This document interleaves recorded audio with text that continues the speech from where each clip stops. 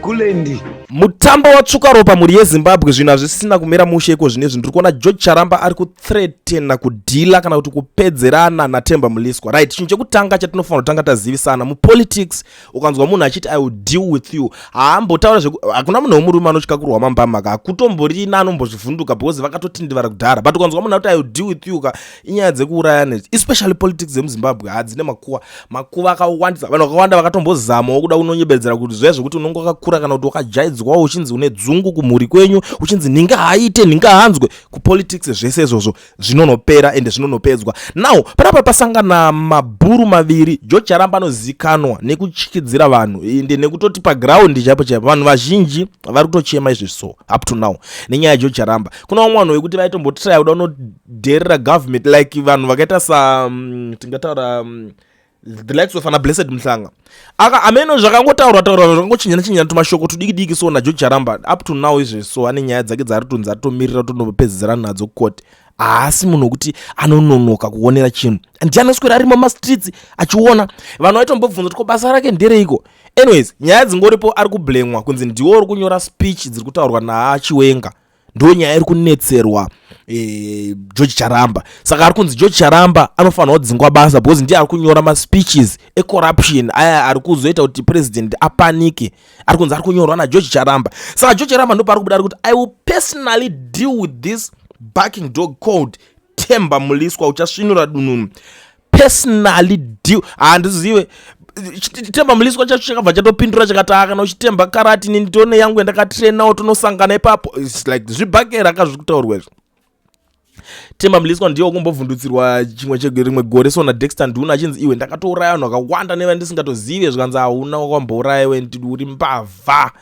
Ndo Themba Mliswa iye kana musinganyanyomuziva. Bhuru kana achinzi bhuru ane vana mheno zvevana vake hatichataure but bhuru right, you understand, muchaibata nyaya yacho later. Ndiye futi Themba ukumbobuda akuaccused achinzi ari kudanana namai Mnangagwa. That's Themba Mliswa achiti mai Mnangagwa ndikadana vanokunongosara vachikumbira some more. That's Themba Mliswa for you. Saka iyewo akagara atomborohwo nedzake dzairwa nadzo achatakuwo nedzake. Saka ameno tichi chakazoita tangweri kana akubatanidzira George Charamba because George Charamba ndi spokesperson wa president emerson Mnangagwa. maZimbabweans vari kuipindira nyaya yacho vari kuti you should be in jail Themba Mliswa. Don't debate with this thief. Find out why he was never arrested for stealing 228k. I believe such a sum carries a 5-year sentence. Ndo nyaya iri kutaurika panapa iri kubuda kune vanhu vakawanda. It's like vanhu vakomana tinoswerera panapa. I'm telling you, tichaswerera tichingodzwa dzimwe nyaya. Uyu akataura kadai so, uyu akataura kadai so, uyu akapindura kadai so, tichaswerera. We have people like ana George Charamba vari kupindura. It's like ana George Charamba light vari kuitenga nyaya yacho. It's like George Charamba I believe kuti munhu wekuti akurana maghost accounts akawanda, saka anenge achitori pabhizi pakutoona kuti oita zvekudii chaizvo. Sekuti George mirai zvamuri kuita izvozvizvi, mirai munopedzerana naye uyu komana zvinhu zvekutaura zvakawanda. Chigame ichi makachimaster ichi tsoro yacho makatoiona kare painobudira bhobho. Themba Mliswa ringori dzungu nepamuromo. He is not calculative. Ndo mashoko ari kubva kune vamwe vanhu kunzi aiwa George anochiziva chinhu because musiyano manje waGeorge Charamba naThemba Mliswa. Themba Mliswa munhu wekuti itora mari United anototi unza izvezvo kwada haunza mari titoita basa titopinda mugirikini mufield as long as zviri zvekuita nepolitics chete anobuda aita akamira newe. That's Themba Mliswa for you. George Charamba manje munhu wekuti anoswerana naMnangagwa vacho. George Charamba munhu wekuti anogara aripo panenge pachinyorwa maspeech ndo vakomana vacho vanenge vachitoprinda ivavo anoshanda presidential communication desk rinorobatwa naGeorge Charamba. Hakuna umwe munhu anenge akaribata. You get the point. Saka ndo pari kunzi uyu akachicalculate akachimaster chidhiri chacho zvasiyana naThemba Mliswa kuti vari kungowauta vachingogwauta. Amen. Kuti zviri kunyazofamba sei. In a normal society, people of your stature do not write such things about their human beings, but then this is Zimbabwe we are talking about. Ndo mashoko ari kutaurwa. Deal with him. We are aware you only solve issues with violence. Dununu embarrassing. Why usinganyare vamwe waiuraya asi uyu Themba comes to town oedza naye idofo futi uyu. Yeah, muri kunzwa nyaya ndachimbotaura papa pachinzi vamwe vanhu waitombovauraya. Themba is trying too hard to be readmitted. Ari kuchema zvekudarika hama dzemufi apa angori mupfuri wenzira. Pane achachema isu zvedu zi. Themba Mliswa kubva pakadzingwa naMugabe pepe. Zvina zvinozombobvira zvakamuitira bho pakangodzingwa muZANU-PF pepe. Ndobva azoenda achinoita MP wekunotonu. Kwakwa kungotsvaga jezi but zvinhu zvanga zvisina unigirina zvisina kumirira musha. But anyways, ndinavamwe vapfana so vari kutaura zvinhu different. I don't know.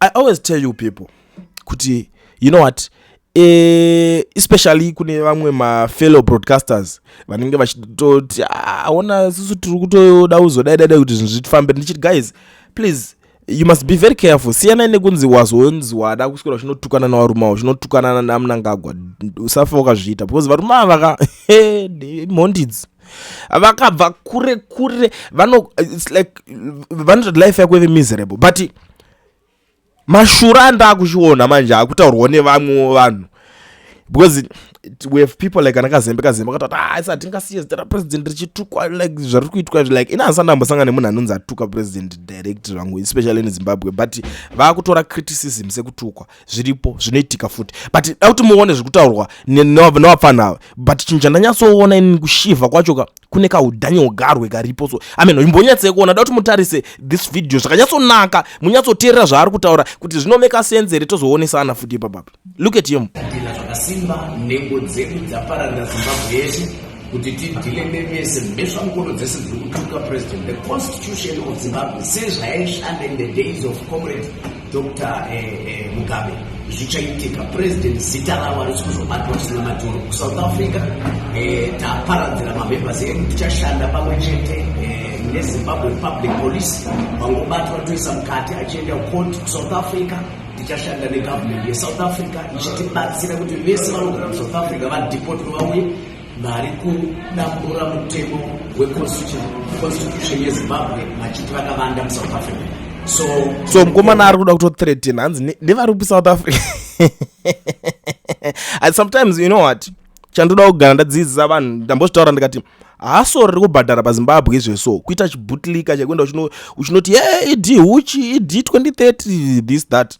But chinoitika paya zvinhu zvaizvo ndechekuti kana usina brain dzinoshanda dzinooneka kuti dzine zvitoa zvinhu zvemusoro vanokusiya futi, vanokusiya wakadaro. Vanoona kuti hatishande nemapenzi emasaskam because vanoda vanhu vane maideas. Ndosokuona chinhu chiyachiyaka chichimhanywa chichidraftwa chine maprofessor the likes of ana Jonathan Moyo vekuti vanongobuda kuti aiwa but ukuona apa strategy iri kudiwa apa ndiye kudai apa munhu uyu tinofanira kumudai so avana tofanira kudhila navo nzira idzi ngatingowedzera mutemo ngatingodai so kwete kungobuda from nowhere utoti tagadzira chiorganization changu anti presidential criticism wati saka anongobuda achingoningirikina toda kubva tatodhila naye totobva tatomudedzera zita rapi tototi zita rapi mubata totoshanda negovernment yeSouth Africa. Which South Africa are you talking about? Dzungairwa zvako kwatozvitarisa iwe unofunga kuti nedressing yemakapfeka iwe ungataura negovernment yeSouth Africa ipi ndiani minister weSouth Africa anotaura navanhu vakadai so? Tarisai verenganai imomo utooneka kuti mukano make muri kunhuhwa kwamutarisa ipapapo nzara dzega tarisa tumukono twetsamba rafuta ndo zvakaita varume izvozvi wotonzi iwe unotaura negovernment yeSouth Africa. It doesn't make sense. Azvina musoro wese zvavari kutaura vapfanda project yavo kana kuti vanofanira kuchinyatsoitanga vaidrafta vachishandisa dzinodhonza dzinokakata. Hapana kana munhu wani wemuZANU-PF anomboya akaindosa this nonsense. Unotraya ukakakarira zvinengei but vanokuudza kuti izvi zvouko zvouda kuita zvinotiwedzera chii. Chavari kuda vanhu izveso. Mina ndichitobatsira vapfana chavari kuda izveso muZANU-PF vari kuda vanhu vanovabatsira kuti mumakete Mnangagwa kuti atange kufaririka nevanhu atange kufarirwa nevanhu. Ndiye munhu ari kudiwa zvokuswera unorwana nevanhu uchiti vanhu vari kucriticize vanhu vari kuzvita vakawanda munhingirikini tonoshanda negovernment iwe. It doesn't make sense. Unotanga nemunhu uchiti aita sei adi iwe vane vetonziva chero ukatotraya kuti unonzi uda ushanda negovernment vanenge vachinzi vakapotera. Zivai mitemo yacho kuti inotaura kuti chii. Usatotaura all this nonsense. Ziva kuti mutemo unoti kudii. Atidi vanhu mazidofo zvezvekujaira kurowana kumasero nzimbu kurowana kwanzi kumasero tikurowana warowana nakansela wezanu wazodai so ndo kwamunoperera ikoko muchiita zvizvi. Kwangotanga uda kungofamba kuti izvezvi ndoda kutoti da unopinda muHarare unopinda muHarare onoti chinhu chenyu chamutaura munorowa vanhu vangani. Handiti munofunga kuti munenge muchikwanisa kuti munorowa vanhu. Hanimufunga kuti munokwanisa kuti munosunga vanhu nezita rapi yekupi iyo zita rapi yekumusha here. yekwani ZRP iri kuharare vatori busy kutomhanya kumaroadblock kunotonyoresa vanhu utonoti ayo mota yako yadai vachinobhadhara veshoko momwe ndo zvavari focused nazvo zvekuswera uchivaudza kuti hanzi chakadai mumwe hanzi akazoenda achinovolonteer kuZRP kana tiri kupira kunobata makomboredi anga atumwa nageza achida unoningirira zvikanzi neZRP isusu tinobata tega uda ofwa mari iwe 50,000 nekuti uite sei fuck off hatina maresources ekutambisa wozotaura zvenyu imimi muda kushandisa maresources aaniko hanzi tatoloncha worldwide tatoloncha kwese nekuna South Africa kwacho vanhu ndicho mune maloncha vamatumira vanenge vachigara pambapani South Africa yese mukuita mafanisi chero ukatumira even ZANU-PF inozviziva haimbofa yakatuma maCIO kuti vainoconfront kunobata munhu face to face vanoziva kuti vanhu vanofa vanopera South Africa unoura malala pipe kana muchivaziva vanononga zvigubhu vaive vanokupedza anekatode pfuti yake anoita muchisaga chine chake zvigubhu cheche havabatwe hakusi kwekupengera unotoona kuti umwe upengo hwane munhu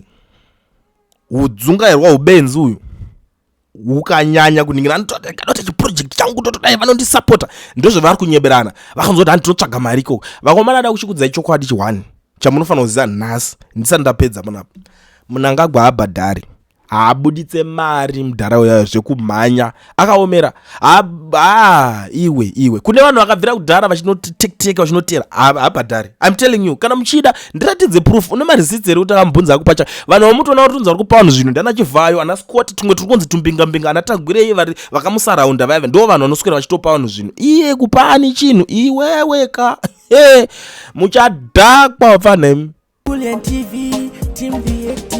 asi vanhu vachishamsika Kulien TV haichatsika saka subscribe wozolaika nechawana zvesapana chichazosha everybody say Kulien